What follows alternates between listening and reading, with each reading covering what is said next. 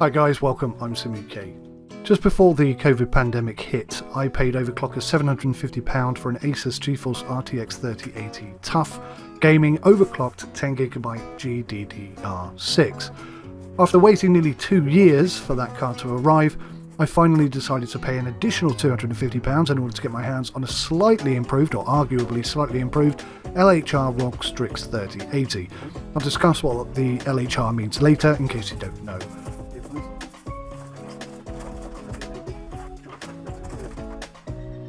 So if you're considering updating your current graphics card to one of the new RTX 30 range and you're wondering if it's actually going to be worthwhile, then hopefully this is a video that might help you make that decision.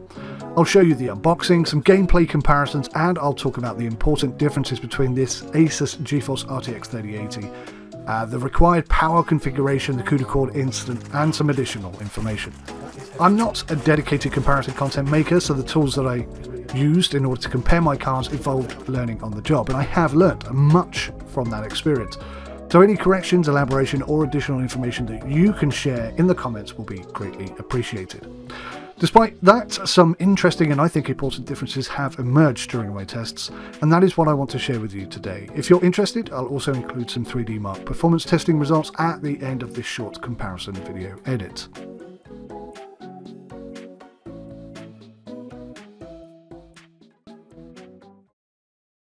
The exploration of space will go ahead, whether we join in it or not. And it is one of the great adventures of all time. And no nation which expects to be the leader of other nations can expect to stay behind in this race for space. All of these games were played on a 2K monitor with FPS limits turned off. They're 140Hz capable. For the GTX 1080 Ti, all of the games were played on the second from top level of graphics, so high, and the ASUS GeForce RTX 3080 ROG STRIX gaming 𝐒𝐤𝑕 was set to ultra settings, so the highest possible graphical settings. Now everybody's mileage will vary on this, but for me 30 FPS is playable, 60 is ideal, 120 is optimum, 140 is a little overkill, and I also have one monitor that operates at 240Hz. That was something of an expensive mistake. So when I compare the FPS values for these games, I noticed that for most of the games, the max FPS is about the same. Sometimes it's noticeably higher, but on the most part, it is exactly the same. So for me, what mattered most is that the FPS drops were noticeably less for all games on the 3080, bearing in mind it is running on ultra settings as well. Now I tend not to count lowest FPS values anymore because any cutscene or transition drops FPS right down to 1, which pretty much ruins the overall median value score. So instead I've decided to ignore that value and I won't record it in future. An ASUS GeForce RTX 3080 certainly does bring more features to the table than my GTX 1080 Ti ever could, and only really in time will I be able to really tell if that's a significant improvement or not. Truth be told though, simply the ability to run more solid FPS on higher graphical settings combined with some of the enhanced lighting effects are really impressing me already. Finally, I wanted to state that my GTX 1080 Ti is still more than capable of delivering a high FPS and solid performance on my second system, which is running an i7. So for me, this was never about swapping one for the other, it was more about enhancing the capabilities and range that I currently have so that when I make reviews, I can give you the best possible graphical settings to really understand what a game is able to provide you.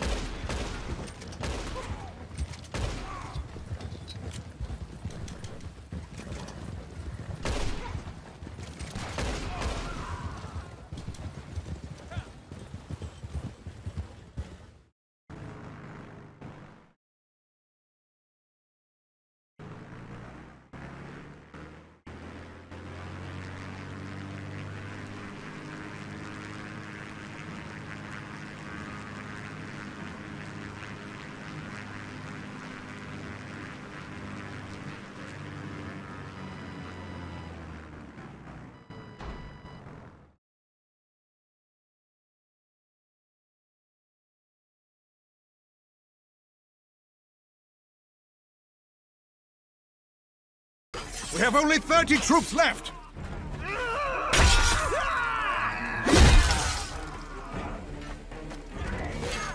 We are down to 10 troops left!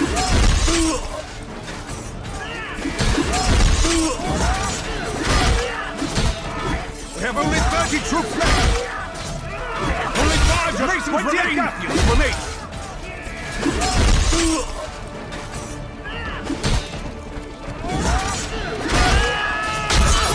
We have only 30 troops left!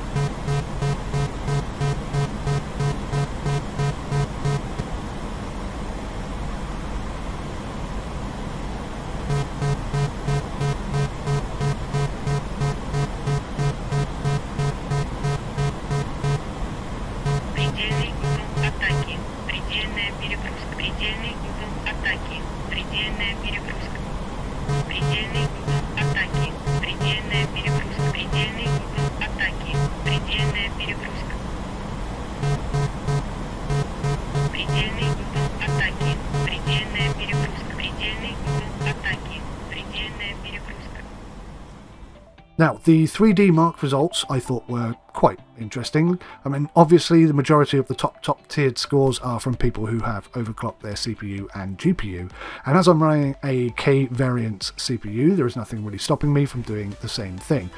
So the relatively low score that you see here is actually from a completely vanilla, unoptimized rig intended to multitask. And when I say multitask, I was actually recording video footage at the same time as running these benchmarks, which would obviously have lowered the score as well. Now the key thing is, and the reason why I made those tests, I doubt anyone is going to be surprised by this, but the 3080 beat the score that the 1080 Ti managed by quite some margin. Again, the highest FPS was the same, but the number of FPS drops were considerably lower.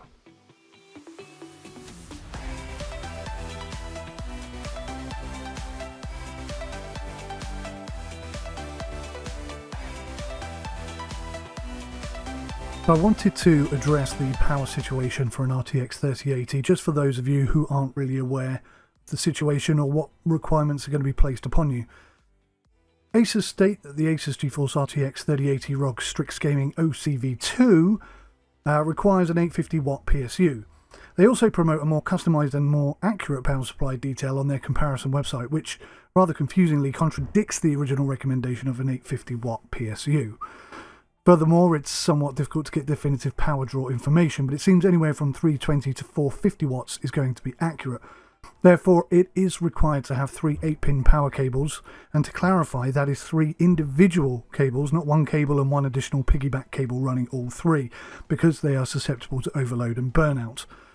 With the PCIe supplying 75 watts of power and each individual cable supplying on my particular PSU up to a maximum of 150 watts, it is actually possible to run the RTX 3080 on just 2 power cables, although I must stress that this is not recommended by me or officially supported, and other cards are more likely to require even more power than this particular card, so it's probably best to stay with 3 individual power cables or PCIe cables.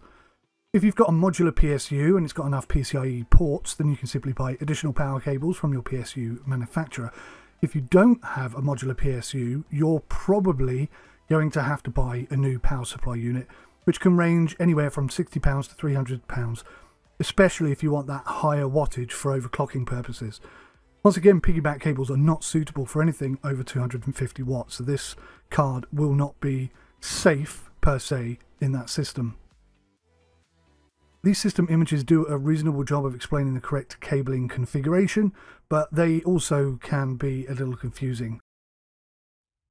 Heat distribution is another area that's received extensive focus, and the width of this 3080 is not negligible, but once installed it looks fantastic, especially with the RGB lighting all down that side. Now, the 3 alternate rotating and enhanced fans help to quick cool that super wide and highly polished heatsink, and it does this very quietly indeed. The fans will stop completely if the card drops below 50 degrees Celsius, and there's a BIOS switch on the card too, which allows you to quickly boost thermal performance at the expense of silence, of course. And right at the end there are also 2 fan headers hidden away if you want to prioritise your GPU temps with some case fans. So LHR, if you don't know what it is, it's designed basically to stop operating if it detects that the card is being used for Bitcoin mining. The first iteration software has already been cracked, and despite guarantees that it will not affect gaming performance, the proof is in the pudding, and as yet I don't think this is really being put beyond doubt. In the future, buying second-hand cards, you probably should focus on getting an LHR card just to be sure, but if they're going to be crackable, then even that is going to be drawn into question. Only time will tell if an LHR card is even worth the label that's placed upon it. At least GPUs are starting to come down in price and be readily available again. It's been a tough couple of years. Now, I mentioned earlier the capacitor issues surrounding early release RTX 30 series cards. They were predominantly using SP capacitors. Now, that problem is long gone. Regardless, though, ASUS decided to go heavy-handed with the alternative MLCC caps, and they've absolutely plastered them all over the back of the 3080 card here. V2 cards are providing considerably more throughput across the board. These early issues with capacitors and crashing to desktop, I believe they have been completely quashed now. I don't think any RTX cards have these problems anymore, so it's not something you need to worry about from this point on. So in short, to sum all this up, it's quieter, it's running with higher max FPS and less FPS drop, and that for me is the key thing that I've noticed with all my tests. It's running cooler and it looks cooler, and it's packed full of future-proof DX12 features which the GTX 1080 Ti can never ever aspire to. So far, I am more than happy with this card purchase. I wish I had not had to wait for nearly 2 years to get it, but now that it's here, I wouldn't want to be without it, and I'm really looking forward to focusing some gameplay time and really seeing what can be done with this fantastic card. My recommendation is, if you've got the money and the prices are coming down and you see one at a price you can afford and your power supply can cope with the power draw that's required, then I would recommend grabbing something. It's definitely an improvement, and it really makes my system stand out, and I think it's going to be suitable for reviewing games for the next 5-10 years probably. That might be a little bit hopeful, but my i7 is nearly 10 years old already, so yeah, it's still kicking butt, just about. Thanks for watching, see you in the next one, take care, goodbye for now.